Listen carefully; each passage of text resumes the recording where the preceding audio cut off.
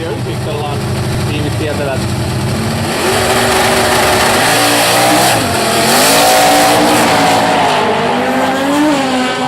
Ihan hyvin lähteekin kukin. Totutusti vähän siinä herättelee ja sen jälkeen vihaisesti liikkeelle ja kukille aika 8.50. Kova veto kotiin siinä tilanteessa. Ja viime viikolla tosiaan Yöräräty myös puhelin.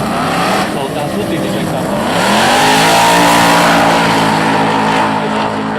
Tarkoitus saada mukaan ja sinne mennään sitten Asteriviikkola 97 ja Yöräräty tuossa alussa kuluttaa sen verran aikaa, että päälle 10 vähän kylketään eteenpäin ja sytytetään stage-valot ja sitten ei muuta kuin menoksi. Stamblevski matkalle ja muistaakseni hän ei viime viikonloppuna eikä ollutkaan täällä kilvoittelemassa. Ensimmäinen veto hänellä siis tällä uudella. Hänellä pohjalla 93 kunnonen ja nyt sitten katsotaan mikä on Lahden avaus tähän viikonvaihteeseen. Viikko sitten laittelun ykkönen ajalla 812. Taasi 06 näin Stopsterit ryhmään tämän radan.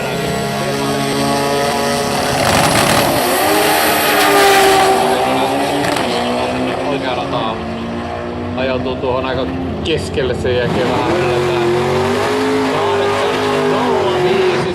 8.057 Juttilalta. Nyt on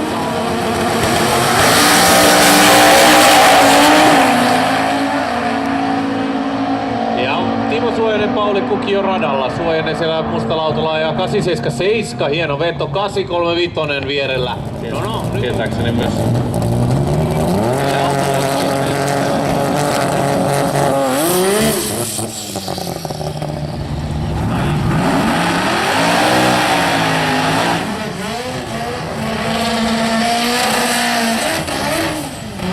Siinä kyljessä ylärädyllä.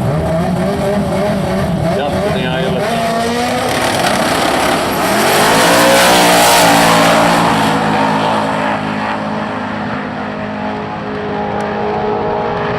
Nätisti menee kumiin kuljettaja ja 890 Priuska vetäsee sinne kasille.